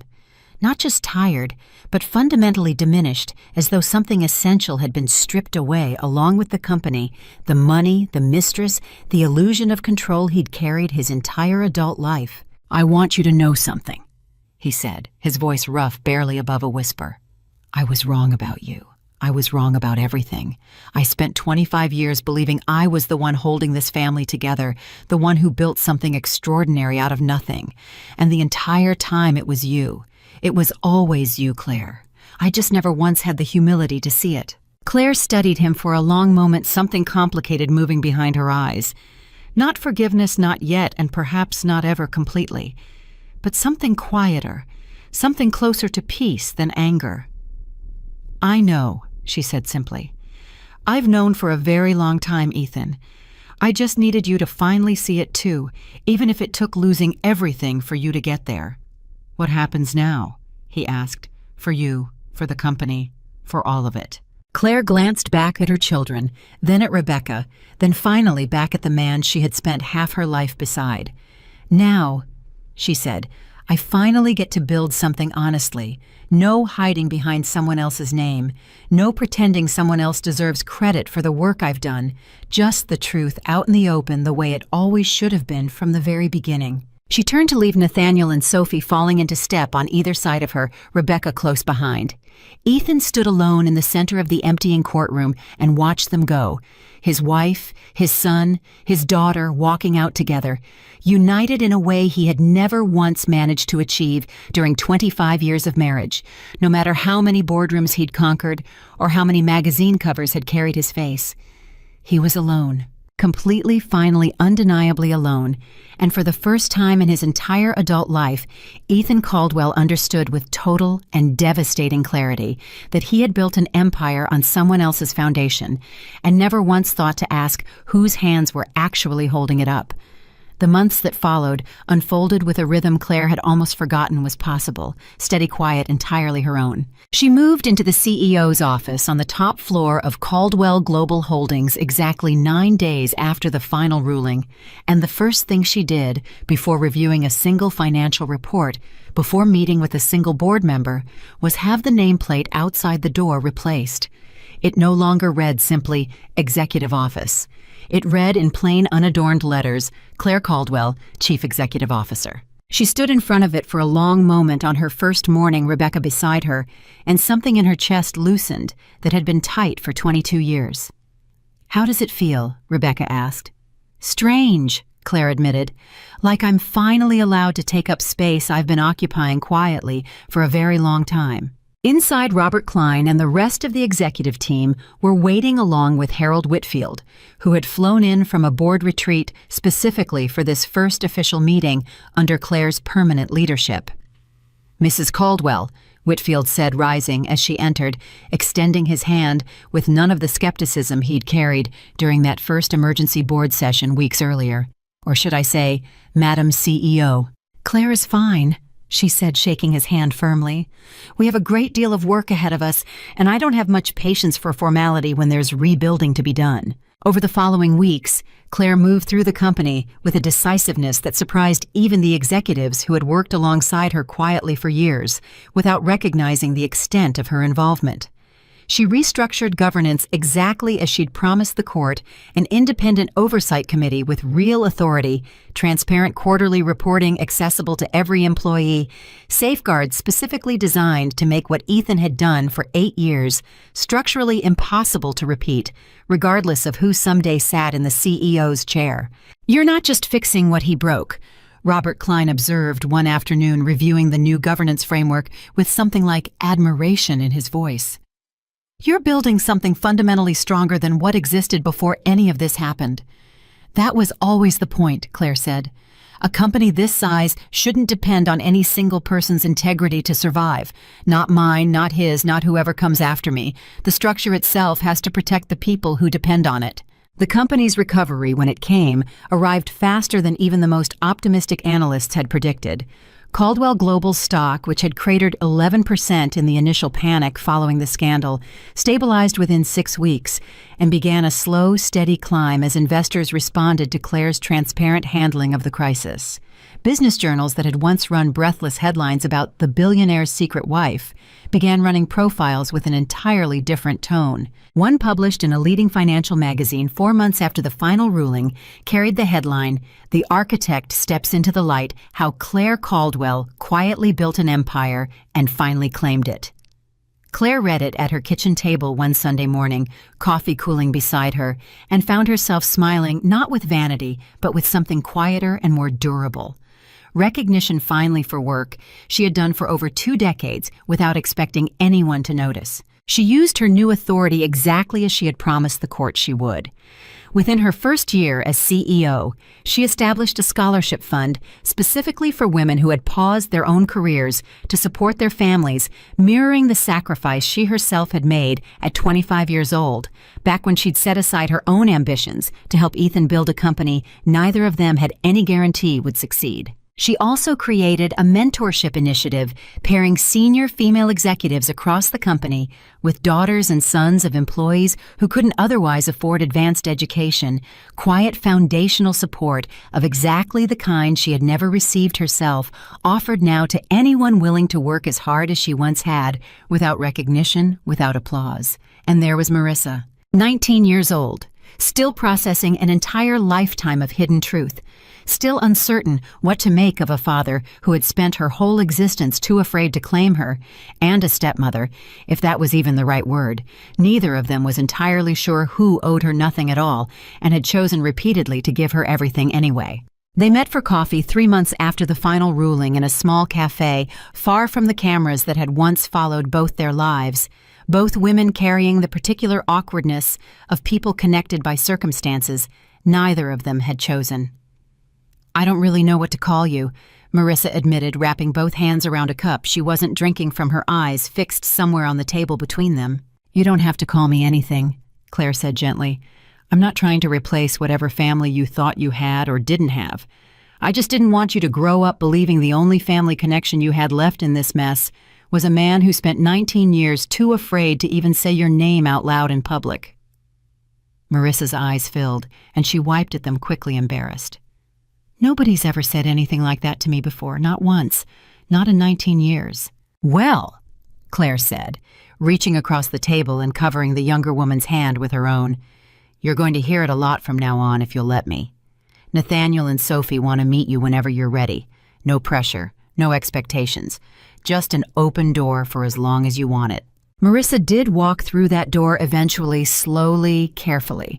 Over the following year, a strange and unexpected family began forming out of the wreckage Ethan had left behind. Not built on obligation, not built on guilt, but on the simple, almost radical choice Claire had made in the middle of the worst month of her own life to treat an innocent child with more decency than that child's own father ever had. Vanessa Laurent, true to the promise she'd made over coffee months earlier, cooperated fully with the district attorney's investigation. Her testimony, detailed specific corroborated by financial records and text messages spanning years, became a central pillar of the prosecution's case. 8 months after the final ruling, Ethan Caldwell stood in a courtroom far smaller and far less crowded than the one where his divorce had played out, and entered a guilty plea to reduced charges of fraud and breach of fiduciary duty in exchange for full cooperation and a sentencing agreement that spared him significant prison time. The agreement did not spare him everything. He was permanently barred from serving as an officer or director of any publicly traded company. He would spend the next several years reporting regularly to a parole officer working whatever limited employment his damaged name and restricted status still permitted him, watching from an increasing distance as the empire he once believed he had built entirely alone not only survived without him, but thrived in ways it never had during his final years at the helm. On the day of his sentencing, no cameras waited outside the courthouse. No reporters shouted questions. The story that had once dominated national headlines had quietly moved on to other scandals, other billionaires, other cautionary tales. And Ethan Caldwell, once a man who couldn't walk down a Manhattan street without being recognized, found himself for the first time in decades almost entirely invisible. He stood alone as the judge read his sentence, and his mind drifted unbidden to a memory from decades earlier. A young woman in a cramped Queens apartment, red pen in hand, catching an error in his projections that would have cost them everything if she hadn't found it first, staying up past midnight without complaint, without asking for credit, simply because the company's survival mattered more to her than her own exhaustion. He understood now, far too late to matter to anyone but himself, that Claire hadn't simply supported his empire. She had built it. Every triumphant announcement, every deal that saved the company from collapse, every moment he'd stood in front of a board or a camera and accepted praise for a decision that wasn't entirely his. It had all been her quiet genius, dressed in his confidence, wearing his name. He had spent 25 years being handed a masterpiece brushstroke by brushstroke and calling it his own creation. A year and a half after the final ruling, Caldwell Global Holdings hosted its annual shareholder gala in the same grand ballroom where years earlier Ethan had once stood at a podium accepting an industry award while Claire sat quietly at a table near the back, unacknowledged, unmentioned, simply the founder's wife. In the caption beneath a photograph, nobody bothered to identify by name. This time, Claire stood at that same podium, and there was no one standing beside her whose shadow she needed to occupy. The room was packed. Investors, employees, board members, journalists who had once written her off as a footnote in her husband's story and now scrambled for interviews, eager to understand the woman who had quietly engineered one of the most remarkable corporate turnarounds in recent memory. Nathaniel and Sophie sat at the front table, and beside them Marissa, 19 turning 20, wearing a soft green dress and a smile that hadn't existed in the photographs from a year earlier when everything about her life had still felt like something borrowed and temporary. Claire looked out over the room, and for a moment before she spoke, she allowed herself to simply feel the weight of how far she had traveled. Not in miles, not in dollars, but in the quiet, internal distance between the woman who used to sit unnamed at the back of rooms like this one and the woman standing at the front of it now. 22 years ago, she began, her voice carrying clearly through the room, steady and unhurried. I signed a set of documents that most people in this room never knew existed. I did it quietly. I carried that responsibility quietly for over 2 decades because I believed for a very long time that supporting someone else's dream meant erasing my own voice from the story entirely. She paused, letting her gaze move slowly across the room, meeting the eyes of people who had once looked past her without a second thought. I was wrong, and it took losing nearly everything I thought I understood about my own life to finally learn that lesson. So tonight, I want to say something not just to the shareholders in this room, not just to the employees who trusted me during the hardest month this company has ever faced, but to anyone listening who has ever felt invisible inside their own story. Anyone who has quietly caught the mistakes, quietly fixed the problems, quietly held an entire family, an entire company, an entire life together while someone else stood in the light and took the credit. Her voice grew steadier, stronger, carrying an unmistakable conviction that silenced the last quiet murmurs in the room. Your strength was never invisible. It was simply unclaimed, and it is never, ever too late to claim it. The room rose in applause that lasted far longer than convention required, and somewhere in the crowd, Whitfield stood clapping with genuine, unguarded respect on his face.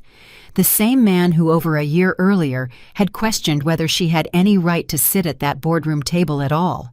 Nathaniel and Sophie stood together near the front, watching their mother command a room she had spent 22 years quietly running from the shadows of finally standing exactly where she had always belonged.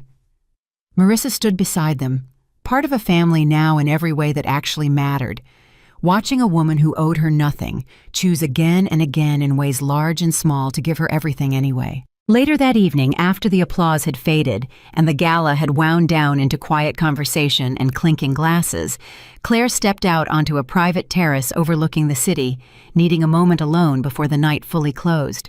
The skyline stretched out before her, the same skyline Ethan used to stand and admire from his old office window, once believing with total and unshakable certainty that all of it existed because of him.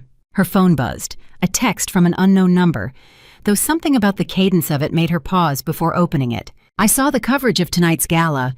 I want you to know I'm genuinely happy for you, genuinely proud if that word means anything coming from me. You built something real, Claire. Something I never understood how to build myself because I never understood that the point was never the building at all. It was always the people you build it with. I hope someday you can forgive me, not for my sake, for yours. Anger is heavy to carry, and you've carried enough weight for both of us already. Claire read the message twice, standing alone on the terrace, the city lights glittering below her like something out of the very first days of her marriage. Back when she and Ethan used to stand on the roof of their old apartment building and dream together about a future neither of them could have fully imagined. She didn't reply right away.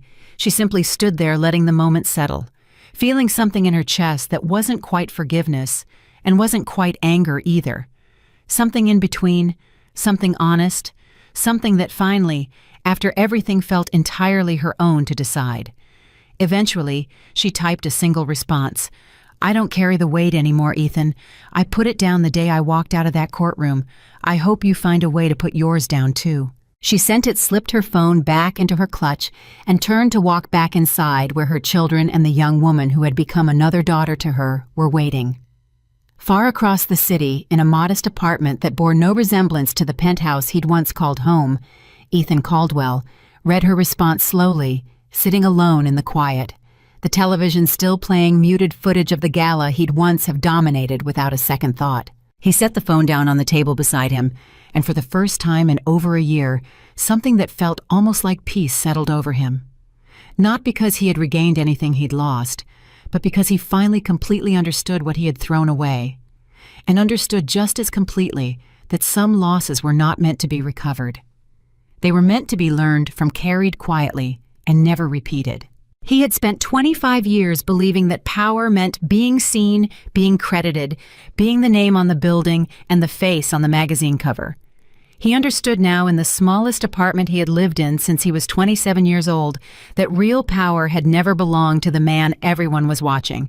It had belonged the entire time to the woman who never needed anyone to watch her at all, because she had always known exactly who she was, long before the rest of the world finally caught up to the truth. Claire Caldwell did not need Ethan's downfall to prove her worth. She had always been the true architect of everything he built, quietly, faithfully for 22 years, and in the end, the truth did not need to be fought for or demanded.